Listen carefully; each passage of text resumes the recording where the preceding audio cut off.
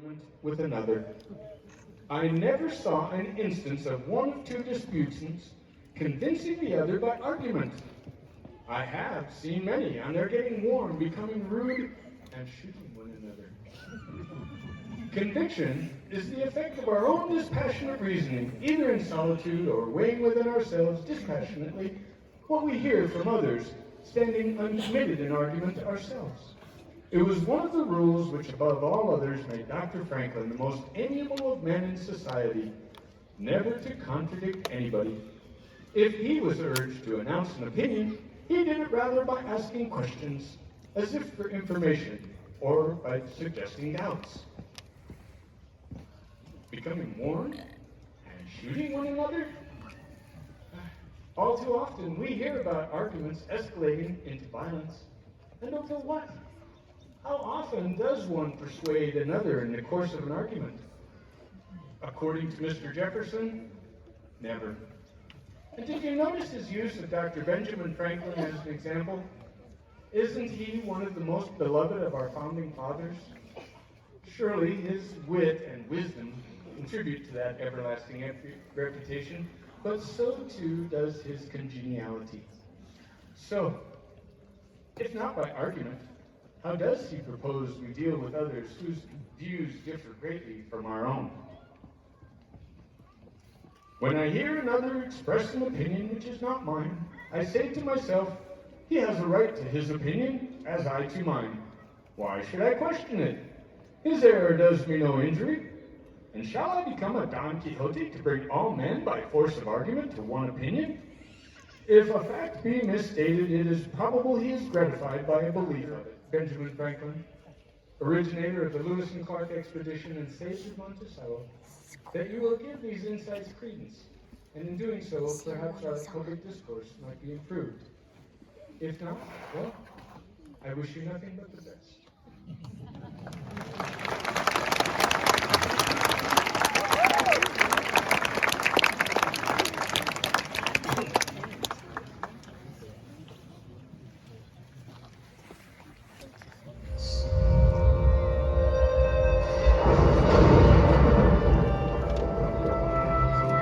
A place where millions of bison roamed freely throughout the plains.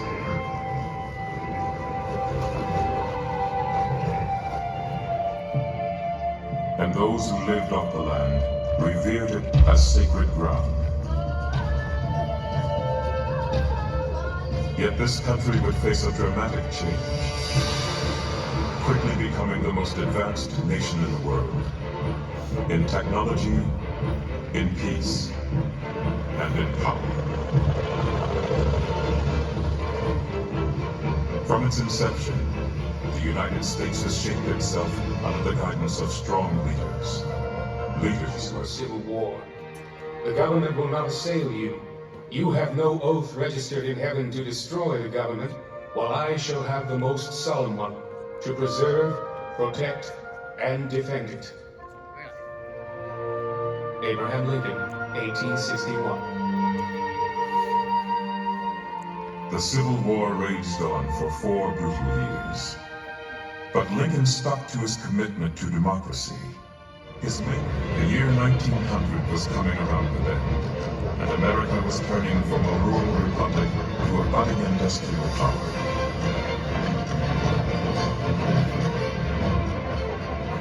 It was clear that this new century, which burst with hope, needed a fresh start and a fresh approach.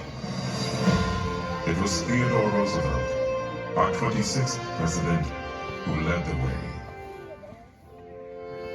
Is America a weakling?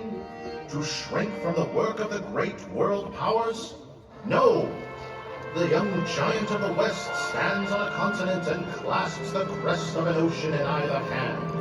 Our nation, glorious in youth and strength, looks into the future with eager eyes and rejoices.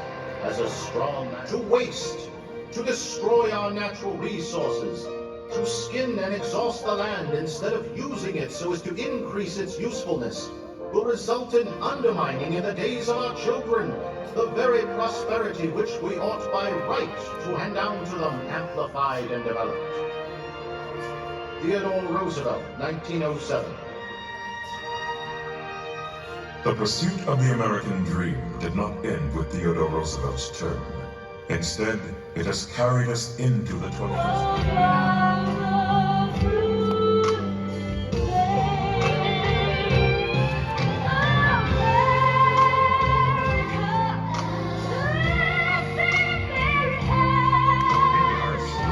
We were there.